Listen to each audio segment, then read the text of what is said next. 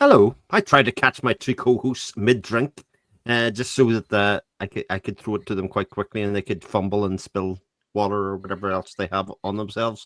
In Jared's case, almost certainly not water at this time of night. But thank you. Welcome to our latest literary side hustle bracket battle thing. This time we are doing the Wind Up Bird Chronicle, and I'm joined here by my two good friends. I've got Varsha from Reading by the Reading Mountain. Hello, hello. And Jared from the Fantasy Thinker. Cheers. looking up at all you from the bottom of a dark well. Oh, that's yeah, right. indeed. Just like our character. Yeah. Mhm. So we're here to talk about Haruki Murakami's Wind Up Bird Chronicle as part of our what we call the literary side hustle. It is a bracket battle we're doing at the moment, and we are very far into it in that we are in book 2, having read The Cave by Jose Saramago maybe about 3 months ago, and did a very interesting, great discussion on that. That's over on Varsha's channel if you want to check it out. And we are here doing the other book that is battled up against, Wind Up Bird Chronicle by Haruki Murakami. Up next will be This River Weekends, which will be Jared's choice by Stephen Erickson, and the discussion will be on his channel probably in another 3 months or so. And we continue on until we get to the end of this. But yes, we're here to talk about the Wind Up Bird Chronicle. I will fess up and say this was my pick, even though I hadn't read it before, but it was my second Haruki Murakami book. I had read Norwegian Wood and absolutely adored it. Last year it was probably my book read last year. What about both of yous? Read any Haruki before? It's my third Murakami.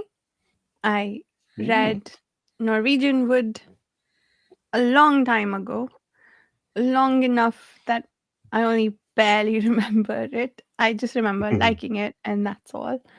Same with Kafka on the Shore. Remember absolutely nothing about it except like that one scene somewhere in the woods that stands out a little bit. But I've rated it 5 stars on Goodreads, so I must have liked it. Just not enough to remember it, apparently.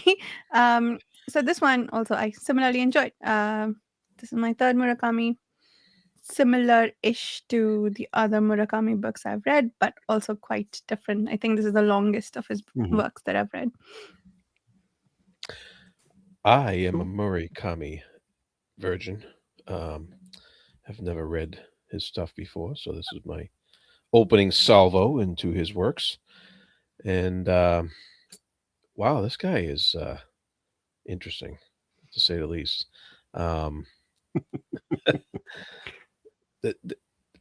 What I liked about this book was how far it veered into the magical realism. Yeah. I mean, he put his foot in the pool there, and he dove in the deep end at some points, and I enjoyed that aspect of it. But it's funny. I thought the book was long. Yeah, I thought it was very long for what I think, for what I'm going to postulate he was trying to accomplish. Not that I'm going to be right, but I'm going to, we'll try to get there. Yeah. An interesting use of the word virgin in your description, given the reputation that Mr. Murakami has in a lot of his books for his propensity to put awkward sex moments into his stories to greater or lesser extents. This one actually wasn't. Yeah. That was on purpose. Too bad. Wasn't that? But well done, because it was limited in this book, and I think in some ways it did, at least in this book, it served a purpose. And some of the other scenes, etc., it can just get a bit leery and creepy, but I'm sure we'll get to that.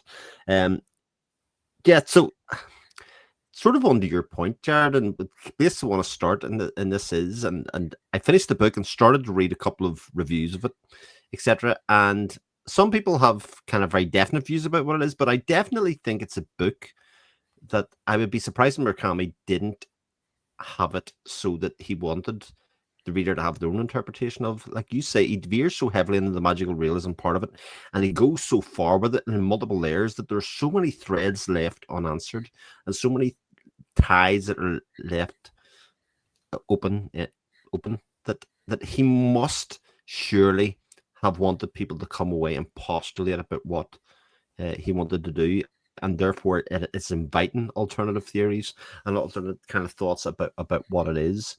I think it's still, even though this is only my second Murakami book, I think it's very clear the kind of things that he is hoping to write about. In my view, very much about the male condition, the young male condition. I think in this case, both this and Norwegian Wood very much fall part of that, and also talk about things like death and other things that he tends to. But it would be interesting to see what our kind of overall interpretation of the book will be at the end. And I think that's not a bad place to start, because I think everything else falls down from that point of view.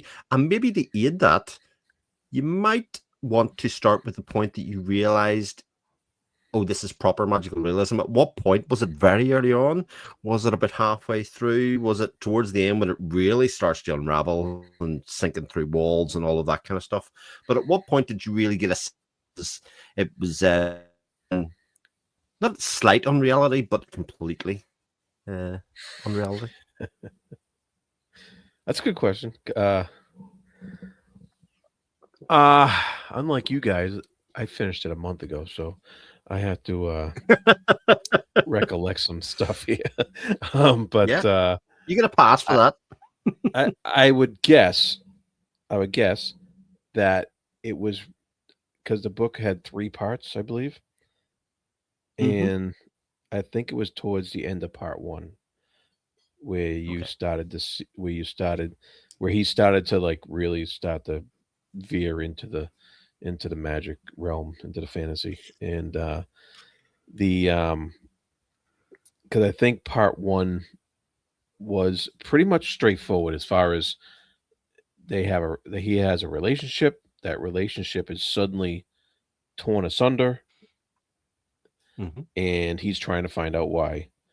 And that is a that's pretty straightforward contemporary stuff right there. And he's doing it in this matter of fact manner. He's a very matter of fact character, which is interesting because it contrasts with the magical realism aspects of the book, in that he stays so matter of fact the whole time. As a ironically, and the and I don't know if that's I had a question about that POV, that viewpoint, that first person narration of his. And then I didn't know if because this is translated, right? This work, and I didn't know if that was part of the translation, that it was so matter of fact, that he was so on such an even keel throughout the whole book, with all this wild stuff happening to him, and there was very rarely any outbursts on his part as a first person narrator. It was just delivered so mechanically, and so it was and at first I was like, okay, this is a neat trick, that mechanical delivery that he had. But by the time 500 pages rolled around, I was kind of like, all right, I'm getting a little sick of this trick here. Can we get a new something new from this guy? And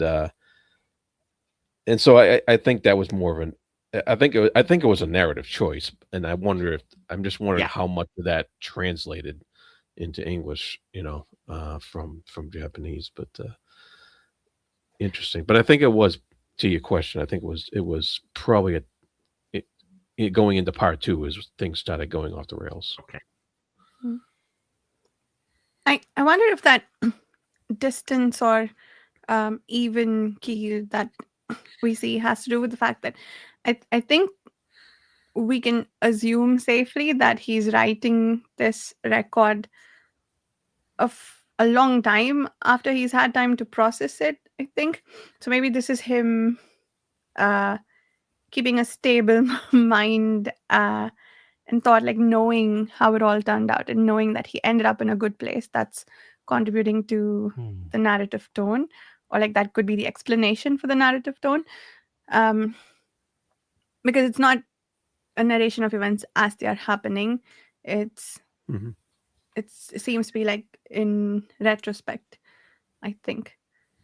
I don't know why I think that, but it had this air about it that he's talking about it after everything happened. Yeah, I think Yeah, that too. Yeah. yeah. I think it's a very clear choice of his male characters. Again, I think that the book is partly about the young male condition of being lost and not being able to make decisions and kind of needing guidance and all of that kind of stuff. And he is a character that, despite all these weird and wacky characters around him, is incredibly grounded and lost the whole way through. He's almost quiet and mouse-like throughout the whole story. He hides in a well. He doesn't want people to see him.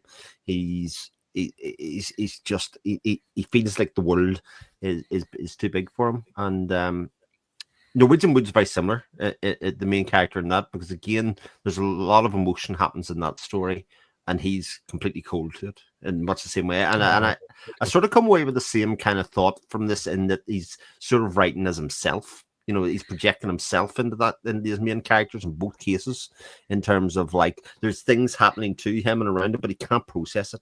He doesn't know how to emotionally deal with any of this stuff and make decisions and choices for himself to impact the world, and therefore he comes across as cold and a bit lost. And the way that it processes in this book, I think it makes you pity Toru as a character, but it makes it hard to root for him.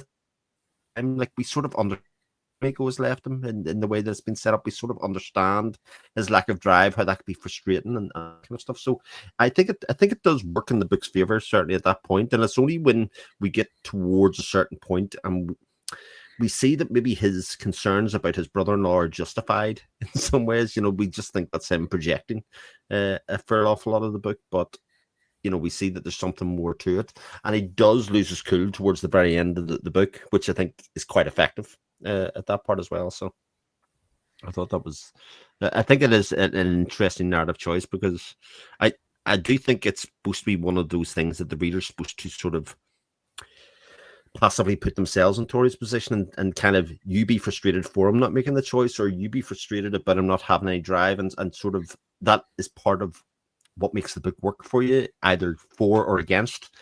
Either the frustration gets too much in you for just saying, just do something for the love of God. But I think that is on purpose. I think Murakami wants you to feel that frustration with the main character and taking control of it. So when he eventually does, you get that sense of relief and okay, let's go. Yeah, it was absolutely done on purpose. It was very deliberate, and the and you're right. There were times when I was just like, "Will you yell at this guy?" You know, like the guy, like somebody breaks into his apartment, and he's just like, Yeah. "Oh, well, somebody broke into my apartment." You know, and the guy's talking to him, and you know, and he doesn't like back down from the guy or anything like that. Oh, okay, I'll give you your beer, but why are you here? I want to know that, and so it's and I'm like, holy crap, I want to get a bat and protect myself or whatever, and he's just like, okay, I'll get you a beer, and Yeah.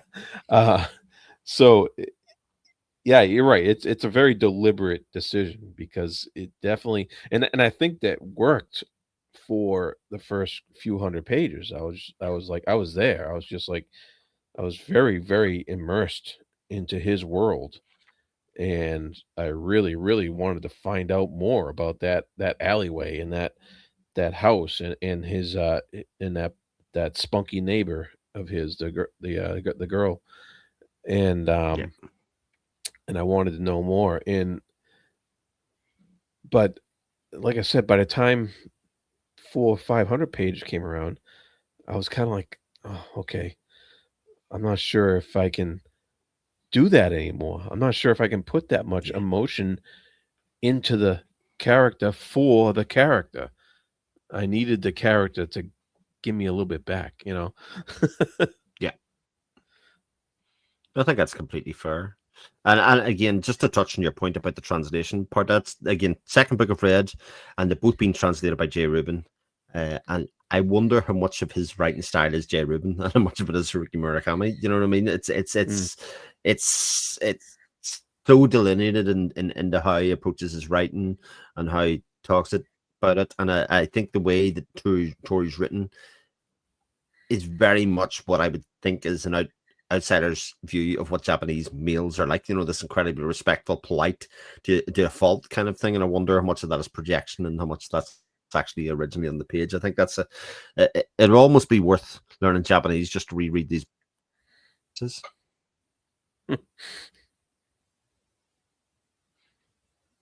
Yeah. So I'll let Basha take care of the hip hop. Learning Japanese or organizing a Japanese study group so we can do another Japanese literature Both of those, reading group. Both of those things. Those are great ideas, Varsha, and I think we should definitely follow up on those. Those are great. Once we get through the 15 years of the SF Masterworks, that's definitely on the agenda. Our next Japanese project reading group. incoming. Yeah. Indeed. Yeah, sort of on my original point, which is at what point did it shift?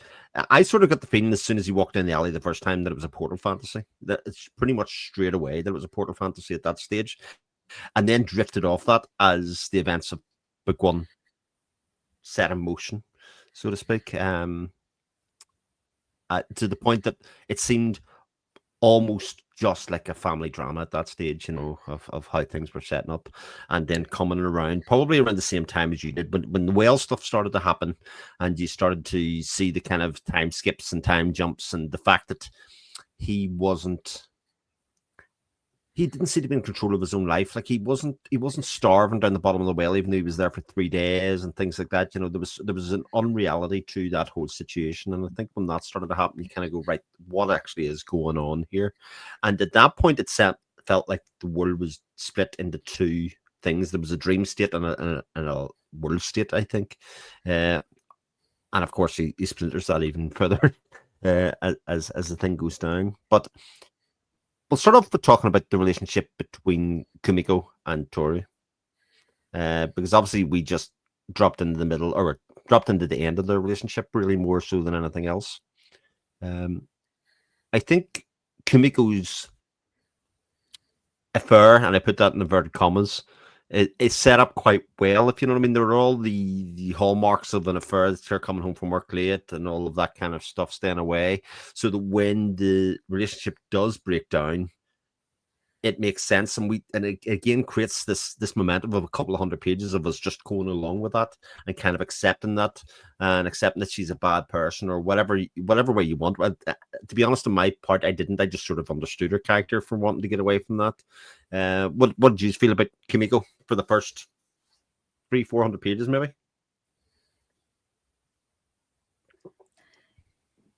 I'm trying to think.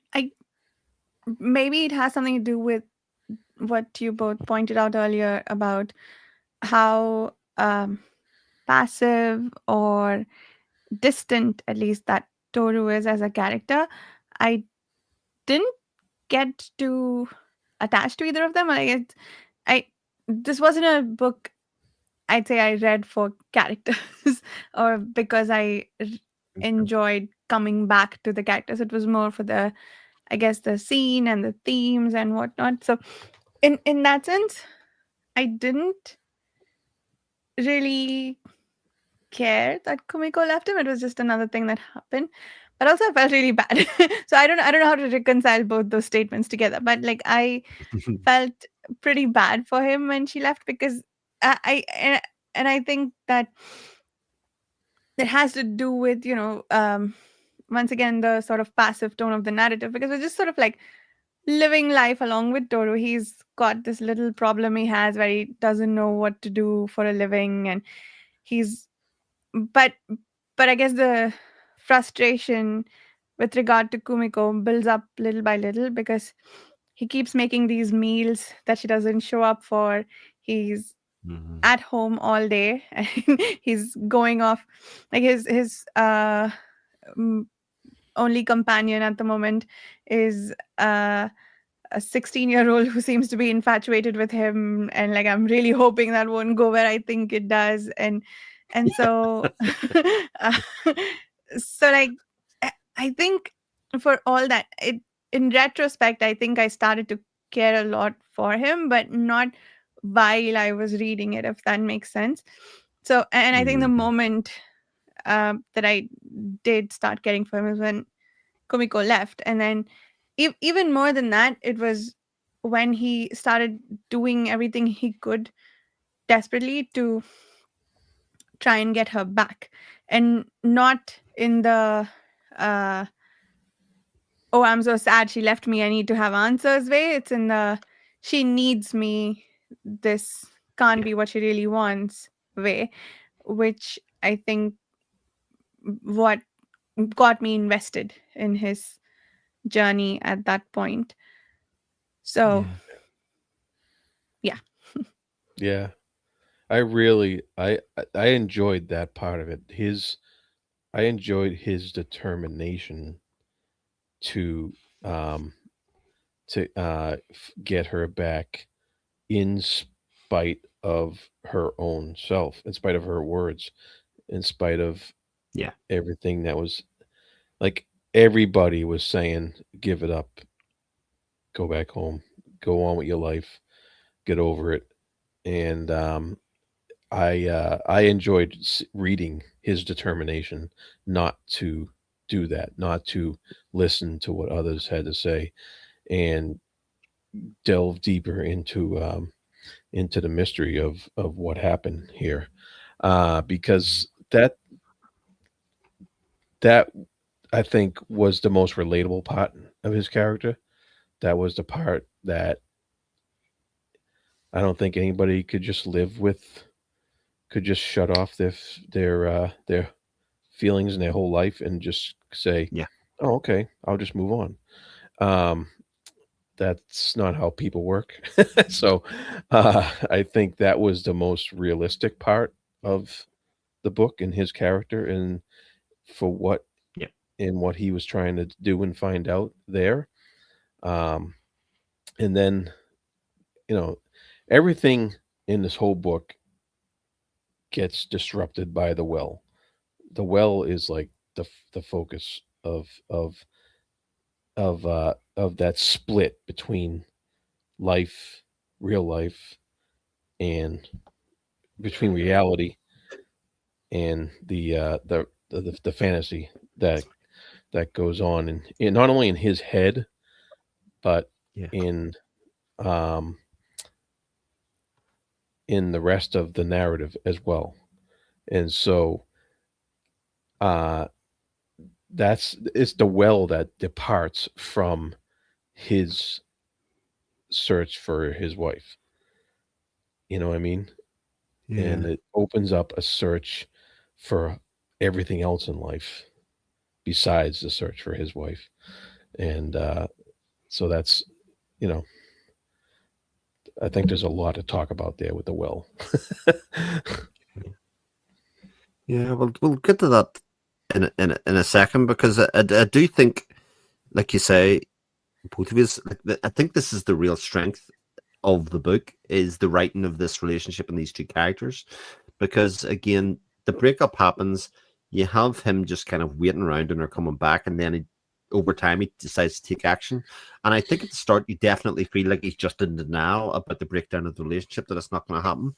But I actually think by the time they get and meet together at the end and he starts to give for it, I was surprised how not clunky that was, because it actually made sense an awful lot of what he's through the story, the way that the story processed, etc. That actually that was what had happened. It was about the sister, and it was about his relationship with the brother, and all of those things, and that he'd put that together himself. Whereas, kind of see this character wallowing in despair of inaction, and all of these people that come in and out of his life that try and help him or try and support him or give him another way out or do something, and he's just caught in indecision the whole time. Whether that's a 16-year-old girl, whether that's somebody coming and raping him in his dreams, whether that's any amount of stuff that happens to him, even the war things that are coming. But as you say, Jared, the well is the place where he basically secludes himself away from all of those things. You know, he's just has a ladder to get out, or so he thinks at one stage. He has a bat that he keeps down there in case he's this is like safe space or his protective space, and it's not his home. Um it's not in his workplace because he doesn't have one. It's in the well that he can kind of, and that becomes the gateway then to all these other realities and things as well. And as the well starts to bleed into this dream world and into the real world and into the all the other things that happens, you see that the transitions happen, and that's where it comes, as you kind of say, it becomes fragmented even more. This book and being about more about the psyche and about the multiple avenues and places that you can hide within yourself to not deal with stuff. But as you say, every time he comes out of the well, his mental state has changed. Something has changed in his worldview, or something happened, and I think it's a very powerful metaphor. Oh yeah. Well, the well, the well marks him, and that, Right. and like you said, he comes out different. Psychically, he comes out different every time when he does come out. But the well marks him, and that mark, that psychic mark, manifests itself physically with the whole mark on his cheek and stuff like that. And but it also just, I think that the well represents death. That's what I think it does, because it also represents death for the soldier that told him the story. Um, and so I think that that death is what he is now taking into back into his real life, in his search for his wife, and in his and he's starting to interact with all these different various facets of society, and that's kind of almost like a journey through the underworld as his death is Yeah. progressing. Oh, And that's cool. he's he's he's running into all these different kind of underworld characters, and that's reflected in the metaphorically with how some of these characters are actually in the underworld. His brother-in-law Mhm. is kind of a bad dude. Um, his that woman he meets up with, I can't remember her name, Greta but Kano, that one. yeah, all those characters that he meets up with, her and her sister, they're all dealing with these underworld aspects, that aren't on they're not above board, and that kind of, so he's going through a metaphorical underworld in the death sense, and he's also going through this not quite legal underworld up above too, even dealing with how he buys the house and all that, and how shady real estate stuff, and uh and all of that, and that's what that well represents. And it did the same thing for the soldier. When the soldier got put down in a well, he died basically. you know he True. and he told our main character that, he said, yeah, I've been the walking dead basically ever since I got out of there. I haven't lived my life. And I think that's a pretty powerful metaphor that really stuck with me through the whole book. Yeah. That's And Definitely. excellent. just like Chris's camera died. Yeah. This Yeah, is yeah, yeah, camera. absolutely. It's down the well. That is so cool. So you think this is a retelling of the Orpheus myth? In a way, yeah. Nice. I like Yeah. that. Or Dante's Inferno. You could look Mm, at it that way as well. But I don't know about the layers and stuff, but yeah, Orpheus myth might be more accurate. Yeah. nice. I like. Yeah, it definitely has a feeling or this alternative reality than others. Like the Kano sisters definitely seem to have an understanding of it, and it does seem that their point of view, certainly Krita Kano's point of view, hers is born out of trauma. She was, she found her own version of the well. She got into that way, and she started to understand the underworld a bit better because of her supposed rape by and all of that.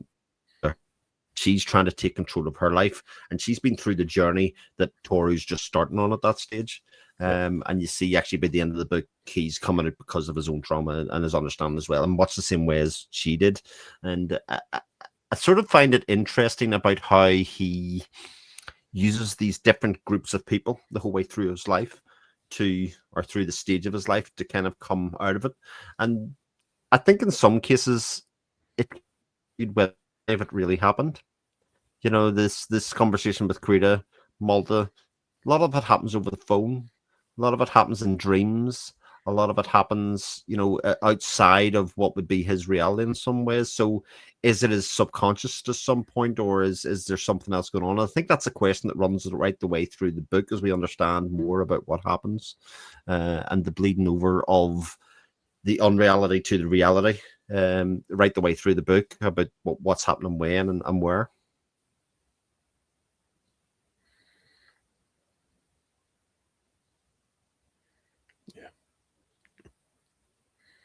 Yeah, and each of those characters that you mentioned has their own journey where they had that transformation. And if you look at death as just a transformation into another state, then they all went through that. Definitely. Oh yeah, I suppose like Mamiya's state of living death, Kreta Kano's experience of losing all ability to feel, that Mhm. probably matches to the Walking Dead metaphor. Nice, that's really cool. Yeah, and it's funny how the what's the girl's name who's staring at us right now? May Kasahara. Kasahara. It will Yeah. be burned in my brain for the rest of my life, I think. Oh, good. Um, uh, this is all contrasted by her journey, which was she was already dead, you know, and she came alive later when she discovered this ability to write out everything to our main character, and she discovered this other aspect of life that she never thought possible. And she's realistic about it. She knows it's not like ideal or paradisical or anything like that. But you have a really you come away from it with a real positive sense that she's on a better path than everybody else in this book. and and I like that contrast as well. She's such a fascinating character. I mean, Yeah. the fact. Okay, I'm gonna go for one here. She doesn't exist. She's not real. She writes letters that nobody ever receives. She only ever speaks to Toru. Toru only ever sees her in terms of when he needs help or needs guidance or he needs to feel like he's influencing somebody else. He's literally the only person that he can do that. It seems like a figment of his imagination. And I'm even going to go one further and take a jump towards the end. I think she's the embodiment of their dead child. Oh. She sees herself as part of Kumiko at one part of the story. She sees herself morphing into her, and I think she's a representation of the hopes and dreams that Toru would have had for his own child at that stage, and grown up into it. Because much like Varsha said, there was that feeling at the start of the book that this could become very inappropriate relationship, and it could turn thing, and it never went there at all, not once, which one, thank God, but also it kind of spoke to the nature of their relationship, and I didn't see anybody else kind of think that, but it kind of goes with my idea that actually I think they're all dead. I think they're all dead in this and existed in the war, and this is kind of their afterlife in some ways, rather than necessarily the underworld. It's like their afterlife and trying to exist in that stage, because even how they met and all is kind of all over the place. But I think May as a character is really interesting for that reason, because she is somebody that's at such a young age seems to have and is figuring stuff out for herself and making changes for herself on a moment to moment basis. Go to school, went to school, didn't like it, going to do something else, going to work, going to make wigs. She was employed at 16. She'd give him a job for a day. You know, all of this stuff.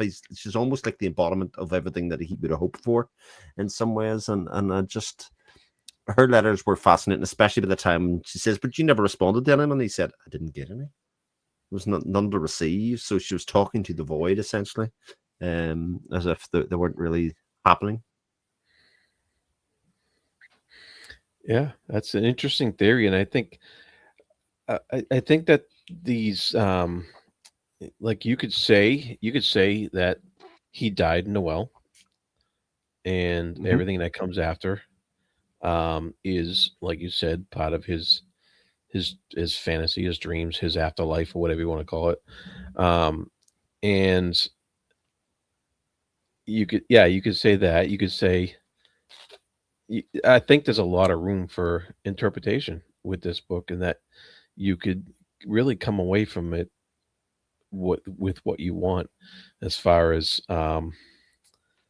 where you think these characters are in relation to this death life relationship that is going on here. Who died when? Who came out? Who's actually real? Who's not? There's a lot of room for just trying to figure that out, and he leaves a lot up in the air in this book. All things are possible. Yeah. They could all be the ghosts of the Miyawaki house, or whatever the house is, the haunted house that basically there. Because it's only when all this gets resolved that the ghost or the spectre of that house is lifted in some way. And you know, you have the links to the fact that there was somebody that sort of looked a little like Toru but had the mark on his face, in much the same way it was known for healing people. There is this kind of cyclical nature of life that seems to have come around an awful lot, sort of illustrated by Mamiya's kind of ability not to die, that's been foretold, etc., that he won't die or can't die at that stage.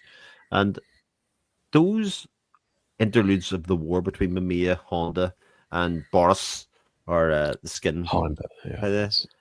Those were the things that I found. There were very long portions of the book. Yeah. And they didn't really seem to serve a narrative purpose. A thematic purpose, definitely. There definitely was stuff that it was building into in the background there. But if that had all been cut out, I mean, it's incredibly effective storytelling. Some of the stories of the war were deeply affecting. Like, there's no doubt about that. But how much did it actually furnish Toru with skills or skill set to be able to make his journey? I'm not quite so sure. Wow. Yeah. So there is this whole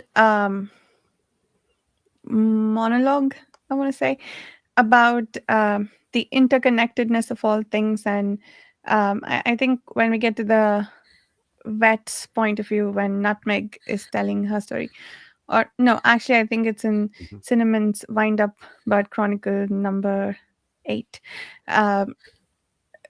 where the vet is wondering about the about fate and the and what's designed for him and what he's actually living through. Like, we do explore this question of free will versus things that are set out for you, and I think Mamiya's story is a significant contributor to that theme, and Toru engages in that thought process at one point about why all of these things are connected and what's happening.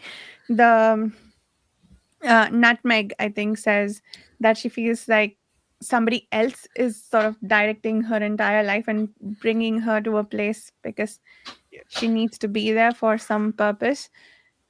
And I don't think we reach any conclusion like Toru doesn't, but I I wondered if any of that speculation led to his final actions, because I'm thinking yeah, okay, sorry, I forgot the main thing I wanted to say about Mamiya. He, I think, is sort of the embodiment of the free will versus fate question, right? I might go so far as to say that Toru's the other side of the coin.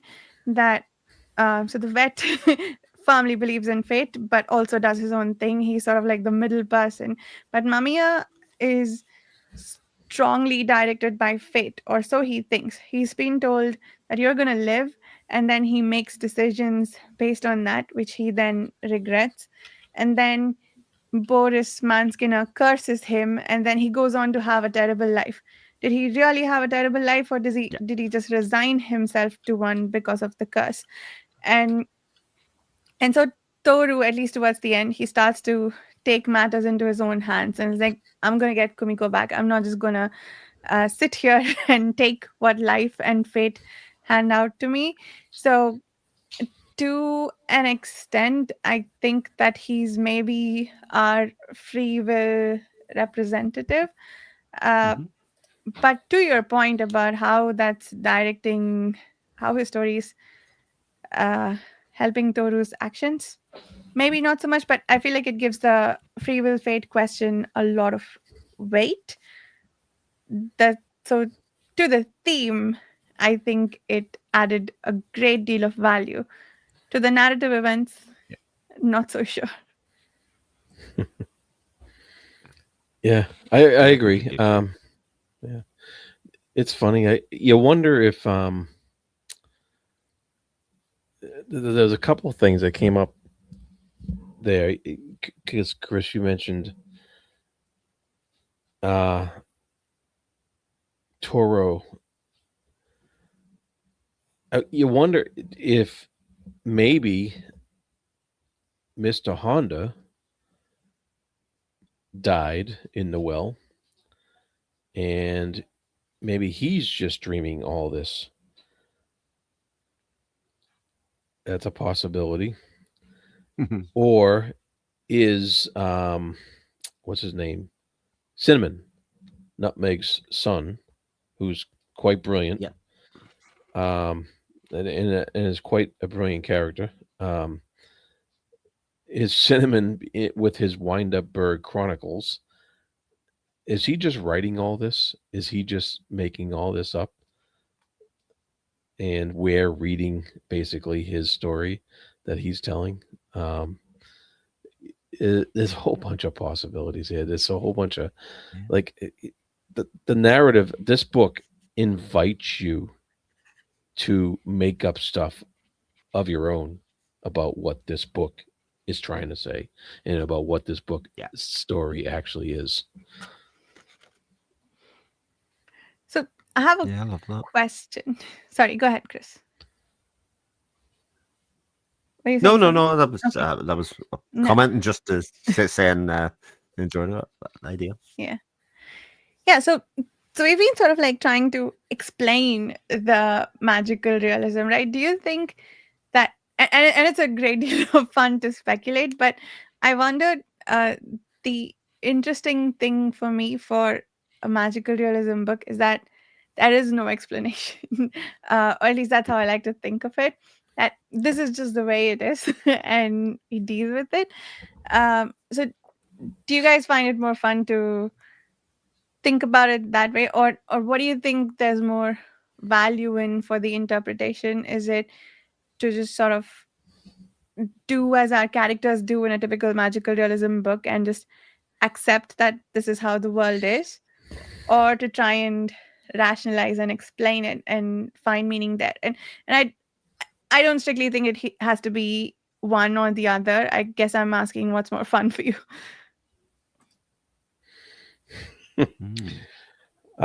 What's more fun? I, well, I don't know. I mean, for me, just taking it as the fantasy it is more fun for me. Um, yeah, it's just kind of I don't know. Uh, I don't know. It's fun to play around with all the possibilities, with all the possibilities and all the stuff. I mean, to me, that makes it veer into fantasy, where more so than uh, than this label magical realism um, tries to make it more into literary fiction, whereas it's not. It's Mm-hmm. fantasy. It's so I like to push it into the fantasy sphere because I enjoy fantasy for because I think fantasy in general can just say more about the world without having to have the expectation of realism. and and I think this is just a literary excuse to use fantasy to to explain more about the world without the expectation of realism. So that's what makes it fascinating to me. And you know, that's yeah, I'll leave it at that. How about that? Mm-hmm. Yeah, for me, this book probably more than I've ever read, and it's not to say it's my favorite book I've ever read or anything. This is a book that invites rereading probably more than anything I've ever read, and I think part of the fun is to stick your line in the sand and say I think this is what's happening, and then find the evidence for that on a reread. Because It's I cool. imagine, and I talked about this at the start, that all interpretations are sort of out there, and they all can work. There are certain mysteries that he deliberately doesn't tie off. He doesn't address any of the precog abilities of anybody within the story, and there are lots of them. Cinnamon knows exactly what's going to happen. In fact, the last part of the Wind Up Bird Chronicle is him writing, and it's the letter from Kumiko. Um, at the end, so the Kano sisters precog abilities. Um, Honda has precog abilities in terms of being able to tell and for tales. So it's this idea that maybe life isn't just linear; it's cyclical, which is again a very realism kind of idea, very science fiction idea of the time loop and the fact that things will happen again. And I just find it incredibly fun to read and speculate with myself about what could be going on. And unlike an awful lot of other books, I don't think I necessarily had a burning desire to find out that it was definitely one thing. And I think that's the fun aspect of this book is that we got a resolution to Toru and Kumiko's relationship, which was the central burning premise of the first book. But Mm. everything else was open for question at that point. The house, the cat, the tail of the cat. There's so much weird and wonderful stuff, and because so much happens either in the underworld or the other worlds, and we don't know which bits are which. Anything could be sort of true, and that to me that's just that that's fun. It's almost a bit like a PKD who's been on a crap load of drugs has just kind of done very similar stuff to Murakami in this kind of and sort of been inspired by that idea. There's just like there's a load of ideas in the page here. Let Yeah. people have fun trying to put it together while finding out what happens to Toru and Kumiko. And the other main part of it is obviously that this person is supposedly in control of the underworld, like Tobaru, the brother-in-law. Mm. He is threatened by Toru and by his indecision and his kind of lack of commitment to a cause, and that he doesn't just follow the conventions and the rules because he can't. And I think they're all really kind of divorces point about the free will argument and the fate argument, and how being told that something's going to happen indirectly influences your actions. I think that's all really interesting kind of an exploration of self and of psyche and of a character that we sort of are frustrated by and kind of want better for, but that ultimately is seen as the threat to the antagonist of the piece. Yeah. Yeah. No, it definitely had the feel of a like the some of the Salmon and Rushdie stuff we've read. Um Mm-hmm. and I it didn't have the lyrical quality that Rushdie brings No, to his definitely writing, not. because Rushdie obviously is very well versed in English, and this is translated, so it lacks that lyrical quality that he has, but it has um the same exploration of theme within that magical realism veneer, um and Yeah, that's what it most reminded me of as far as that goes. So I enjoyed very much enjoyed that part of it, and yeah, I did like those that question of free will that was that was brought up continually throughout the novel, and it yeah, you definitely got a sense that well, you got the question that is he is his quest to to find his wife a matter of his own free will, or is he being driven mm, by fate to do so? And I think that's it's a fun question to ponder. yeah, definitely. Yeah. So we've talked a little bit Nutmeg Cinnamon. We get an awful lot of backstory in there as well. The Nutmeg's background and kind of how she came into money and all of that kind of stuff. Which again, ultimately, given that she just disappears one day and that because they're going to get found out or otherwise been brew, um, again could probably have done without an awful lot of that as well. Again, this is a book that could have been trimmed down an awful lot, I think, but that there are definitely these phases of people that he goes through on his journey, and it ultimately all ends up back in the well again, and in room 2 as would be, and these mysterious voices, the woman on the phone, the mysterious man. We never find out who the mysterious man is in the hotel at the end either, do we? I don't The I remember. think guy that tells him go. so. Oh, the guy who helps him, the Hollow Man.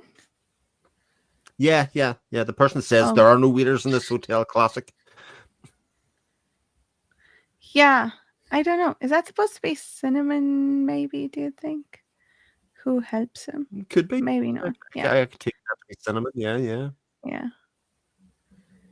But so while we're on that subject, Noboru Wataya was supposedly uh, beaten to death by some guy resembling Toru in the dream world, but he also killed Mm-hmm. someone in that hotel room. So, do you think the news is fake and that he actually hurt Noboru Wataya in what he did in the hotel room? Or was it what happened in the hotel room that hurt? So was it like the previous So injuring of him? I thought that was a fake out. So I thought Mm, that was one of those things you were supposed to think that he had hurt him in real life, and it was him in the real world, and that there was going to be real consequences for this event to happen. But it turns out that that was another splinter reality in the thing, and the real world. He killed him again in the in room 208. Essentially, when he came into the thing to basically take him out of the real world at that stage. God, I've really talked that in the most confusing way. He was attacked by somebody else in the fake world, and then Toru attacked him in the hotel room, and then he was never killed. Actually, it wasn't killed, but he was yeah, made a paraplegic or whatever at that stage, yeah, and he wasn't. And Kimiko was freed from him in the real world then. Um, But I do think that's a running theme towards the very end of the story is that there's not just an underworld and a real world. There are multiple kind of schisms of this unreality happening at this time.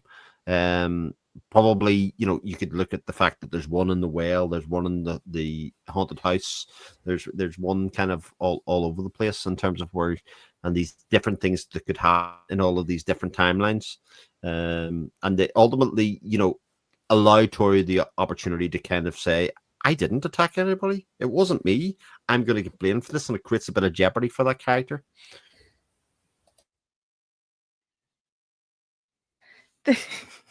the the cinnamon story with the weird heart that got buried, which I think it later turns out might have been his father's, and his father's murderers did that. I think you mentioned dangling threads, Chris. I think that's a big one. I don't think. Yeah, maybe that's supposed to be one of Cinnamon's chronicles or something that that tells a really creepy story. I don't know. Yeah, that's interesting because if you when he was going through Cinnamon's files, and there was a whole bunch he didn't read because he didn't have time, and he was only reading certain ones. That's right. And there was a whole bunch of Wind Up Bird Chronicle numbers in there, and so it just brings me back to the fact that this is all Cinnamon's. This is Cinnamon's novel. He's making the stuff up, and so anything that is left dangling at the end of the story is just one of those things that we didn't read yet. You know what I mean? I like But that. the chronicle makes it sound like he is telling somebody's life story, though. Like the very use of the word chronicle is like, oh, these events have already happened, so which is interesting, obviously. That precog thing coming through. Yeah. But there's a lot of like you said, there's a lot of there's a lot of what do you call it? Prophecy in this book. There's a lot of slave to fate. And so is that not just Cinnamon saying this is what's going to happen? Yeah, it's you could really, go off the deep end of trying to figure out what's really going on here with this novel. Because you can take it literal and just leave it at he's searching for his wife, and everything else that happens is just psychological messed up stuff. Or you can take it as a post-death type of afterlife, or you can take it as just some mute kid writing a book. It's it's very interesting in that way, and it allows itself for multiple versions and interpretations. Yeah, I think the chapter immediately after the Wind Up Bird Chronicle number 8, where we were told about the second clumsy massacre, all of Toru's musings in that chapter about just what the heck is going on, and how Cinnamon's writing about all of this as if he has actually seen it or if he's making things up, and then wondering whether he was influenced by real life, like how the use of the term the wind up bird, and there was one or two other things that Toru thinks that it's strange that Cinnamon knows or had put in the story, but maybe it was the other way around, that he picked from real life. That felt a lot like a description of the process of writing a book. So I love that little meta fictional touch to it. So and that does, I guess, beg the question of, especially given that this book is named what those chronicles are named, the Wind Up Bird Chronicle. Yeah. If we're just reading Cinnamon's authorship. Well, that would be true if there were only 18 chapters, but there are more. No. That's true. But yeah, it's an interesting thing to postulate, and again, it gives this feeling of, is this a work of fiction? Is this just an allegorical tale? Is it an embellishment of what was inside somebody's head as they went through a moment of struggle in their life when their marriage broke down, or whatever it is, and rationalizing that how you see, because there is a version of this story that man and woman marriage breakup, man goes to find woman, woman's not keen, feels like he's being protected by the brother and the family, but then the brother goes into a coma and hospital after an attack, and then the two of them get back together without any of the magical realism parts in between. That's there definitely is a version of that story out there, but obviously less interesting and less to discuss in that sense. Where would be the discussion of free will and fate and death and not Indeed. just death, but dying little by little, which comes up in the first book, and the layers and layers of meaning that get written into all of these characters. I agree. There is a version of that book that wouldn't be very appealing. But Yeah. It would have been a short story novella. And there's also the discussion that actually a lot of these characters are just narrative archetypes rather than actual characters. You know what I mean? They fit the reason and a meaning, but like you described about Lieutenant Mamiya and Honda as well. That they kind of fulfill a thematic kind of role within the story rather than necessarily being real characters or driving any real relationship to the main story. So yeah, it's interesting. yeah, what I think this book became interesting for me towards the end of book one, I think. So it was what I enjoyed most about reading this book was sort of puzzling out the themes. And it wasn't strictly that much of a puzzle in the sense that some of them are just like laid out for you to see, but it's more that how more seeing how the characters are helping interpret the themes or like see various viewpoints of that. Like I think the first book, it started with the first book where Mei Kasahara talks when they go on that wig survey. She asks Toru about like dying little by little and dying in the darkness, and then soon after that we get Mamiya's story about practically literally doing just that. But then there could be other characters that represent that situation, which I guess Kumiko is a little bit. And I think most interestingly for me, maybe Kreta Kano, when she's suffering through pain and she's not really living her life. So she's theoretically dying little by little.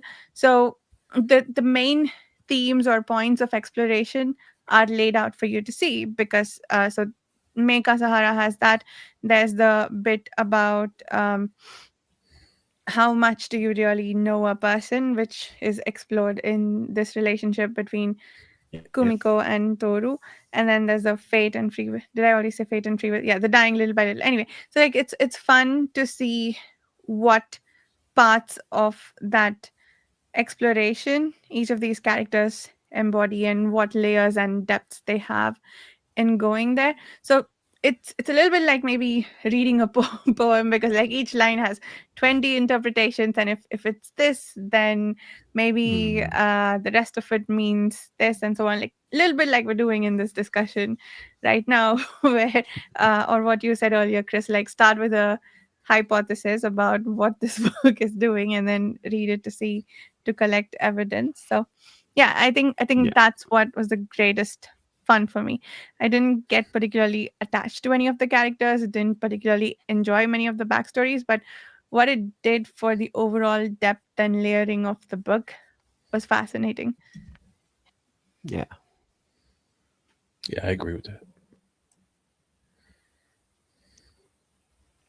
Yeah.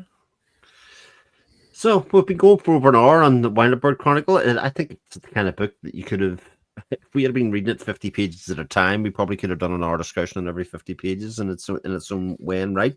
But I actually think it's probably best served by looking at it as a whole anyway, and kind of seeing what comes out at the end of it, because you do go on that journey with all of the characters in a lot of ways, and it really coalesces in the way that it wraps up between the relationship between Kumiko and I particularly liked, like I say, how the book is written with that goodbye chapter at the end. I think that actually sums it up very, very nicely. Any final thoughts about the Wind Up Bird Chronicle? No, I did definitely enjoyed it. And I'm looking forward to how it stacks up to the rest of our bracket here. Yeah. Yeah, I think one of the things that we hope to do with picking these 8 books or otherwise was try and read different types of books, even though you might say that this kind of falls more squarely into our comfort zone in terms of like fantasy, sci-fi, that kind of stuff that we want. It definitely does something very different with it by making it very reality based and very present day based, and in a lot of the things that we see in current life. So it definitely feels like a very different book than what I've read this year. So big plus Yeah. for that regards. But yes, how it stacks up, we'll have to wait and see.